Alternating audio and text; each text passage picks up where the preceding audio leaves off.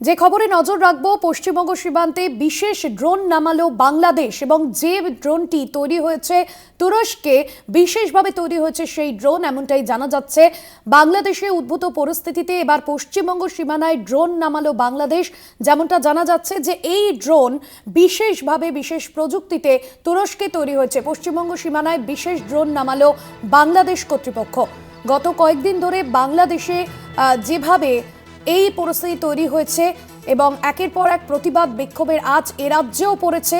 বাংলাদেশ সীমান্তে কয়েক মাসে সন্ত্রাসী কাজকর্ম বেড়েছে, আর সেই জন্যই এই সিদ্ধান্ত। পশ্চিমবঙ্গ সীমানায় বিশেষ ড্রোন নিয়োগে উদ্বিগ্ন ভারত সরকার। এই পরিস্থিতিতে বিশেষ ড্রোন নিয়োগে উদ্বিগ্ন ভারত সরকার, কারণ গত কয়েক দিনে সাম্প্রতিক সময়ে বাংলাদেশে সন্ত্রাসী কাজকর্ম বেড়েছে। পশ্চিমবঙ্গ সীমানায় বিশেষ ড্রোন নামালো বাংলাদেশ। পশ্চিমবঙ্গ সীমানায় বিশেষ ড্রোন নামালো বাংলাদেশ এবং বিশেষভাবে তুরস্কে একটি বিশেষ প্রযুক্তিতে তৈরি এই ড্রোন বেয়ারাক্তার TV-2 ড্রোন নামানো হয়েছে। এমনটাই তৈরি, যা বিশেষভাবে বিশেষ প্রযুক্তিতে তৈরি তুরস্কে। বাংলাদেশ সীমান্তে কয়েক মাসে সন্ত্রাসী কাজকর্ম বেড়েছে। পলিটিক্যাল এডিটর আশিস চট্টোপাধ্যায় রয়েছেন আমাদের সঙ্গে ফোন লাইনে। আশিস দা, এই বিশেষ ড্রোন নামানোর সিদ্ধান্ত বাংলাদেশের ঠিক কি কারণে এবং এ বিষয়ে কি জানা যাচ্ছে? দেখো, এই তুরস্কে তৈরি বিশেষ ড্রোনগুলো খুব শক্তিশালী গোয়েন্দা কাজে ব্যবহার করা হয়, নজরদারি কাজে ব্যবহার করা হয়। এই বেরাক্তার TV-2 ড্রোন তুরস্কে তৈরি হয়েছে। এই ড্রোনগুলি সম্প্রতি পেয়েছে বাংলাদেশ, তুরস্কের থেকে এই ড্রোনগুলো এসেছে। এই ড্রোন হঠাৎ পশ্চিমবঙ্গ সীমান্ত সহ ভারতের সীমান্তে ব্যবহার করাতে একটা উদ্বেগ বাড়ছে। কেননা আমরা জানি যে গত কয়েক মাসে ভারত বাংলাদেশ সীমান্তে চোরাচালানকারী এবং সন্ত্রাসবাদীদের কার্যকলাপ বেড়েছে। আমাদের কাছে উদ্বেগজনক খবর যে শুক্রবারই BSF এর সঙ্গে চোরাচালানকারীদের গুলি বিনিময়ে একজন জওয়ান নিহত হয়েছে। সেই পরিস্থিতিতে বাংলাদেশ একতরফাভাবে হঠাৎ করে এক ড্রোন বাহিনী, মানে অনেক ড্রোনের এই বাহিনী নামিয়েছে এবং সরাসরি বাংলাদেশ সেনার 67তম আর্মি এই ড্রোনগুলি ব্যবহারের দায়িত্বে রয়েছে। সুতরাং এটা বাংলাদেশ সেনারই একটি কাজ। বাংলাদেশ সেনার এই কাজ, যদিও তারা দাবি করছে যে তাদের নিরাপত্তা নিশ্চিত করতে এই ড্রোন বাহিনীর ব্যবহার, কিন্তু এ নিয়ে ভারতে উদ্বেগ বাড়ছে। বাংলাদেশের ঠিক কোন পথে যাচ্ছে বাংলাদেশ প্রশাসন দুই দেশের সম্পর্কের ব্যাপারে, তা নিয়েও কিন্তু উদ্বেগ বাড়ছে। হ্যাঁ, সঙ্গে থাকুন আশিস দা।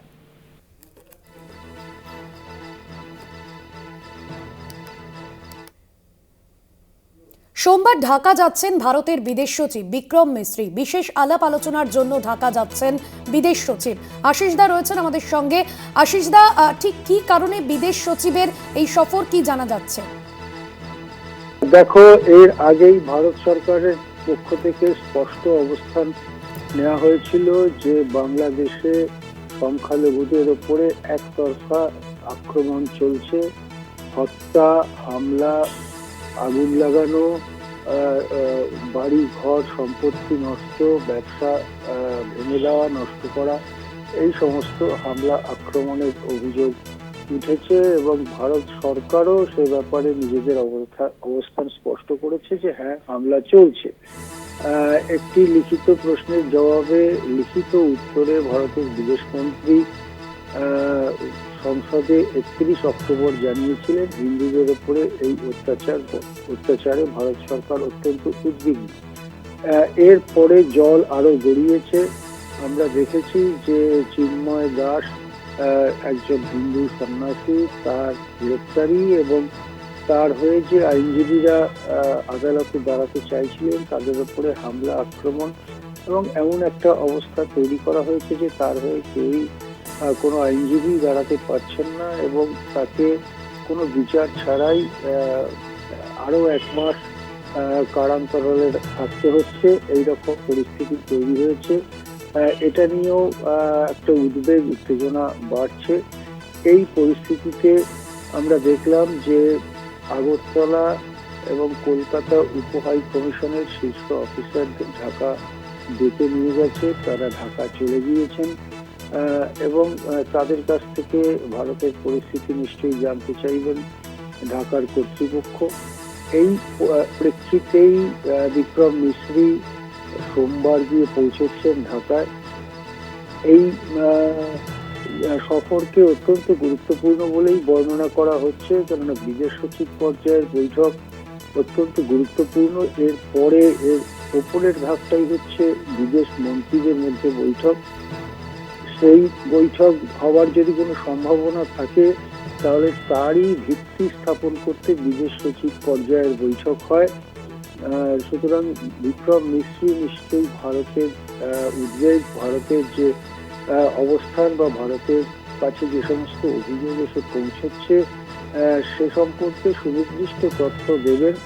ইতিমধ্যেই পশ্চিমবঙ্গের মুখ্যমন্ত্রী মমতা বন্দ্যোপাধ্যায় কতগুলো পয়েন্ট করে করে কিভাবে এই সমস্যার সমাধানের দিকে এগোনো যায় সে ব্যাপারে কতগুলো নির্দেশিকা দিয়েছেন নিজেদের সাংসদদের, এবং তার মধ্যে এটাও রয়েছে যে হিন্দুদের উপরে আক্রমণ হচ্ছে না বলে বাংলাদেশ যে দাবি করছে সেটাকে খণ্ডন করবার জন্য নির্দিষ্ট ঘটনা, নির্দিষ্ট দিন, ক্ষণ, তারিখ ধরে বাংলাদেশের কাছে উপস্থিত করা উচিত। বিক্রম মিস্ত্রি নিশ্চয়ই সেই সমস্ত তথ্য ইত্যাদি সংগ্রহ করেই যাচ্ছেন। বিক্রম মিস্ত্রি ওখানে কার কার সাথে আলোচনা করেন এবং সে দেশের প্রশাসনের বর্তমান প্রধান মোহাম্মদ ইউনূসের সঙ্গেও তার দেখা সাক্ষাৎ হয় কিনা এসব ব্যাপারই ভবিষ্যতের গর্ভে। সোমবার একদিনের জন্য এই সফরে বিক্রম মিস্ত্রি কোন কোন মিটিং এ বসেন, কি কি বৈঠক হয়, তার কোনো যৌথ বিবৃতি হয় কিনা এই সমস্ত দিকেই তাকিয়ে আছে ভারত বাংলাদেশের শান্তিপ্রিয় আম জনতা। ধন্যবাদ জানাবো আশিস দা আপনাকে। পলিটিক্যাল এডিটর আশিস চট্টোপাধ্যায় ছিলেন আমাদের সঙ্গে ফোন লাইনে।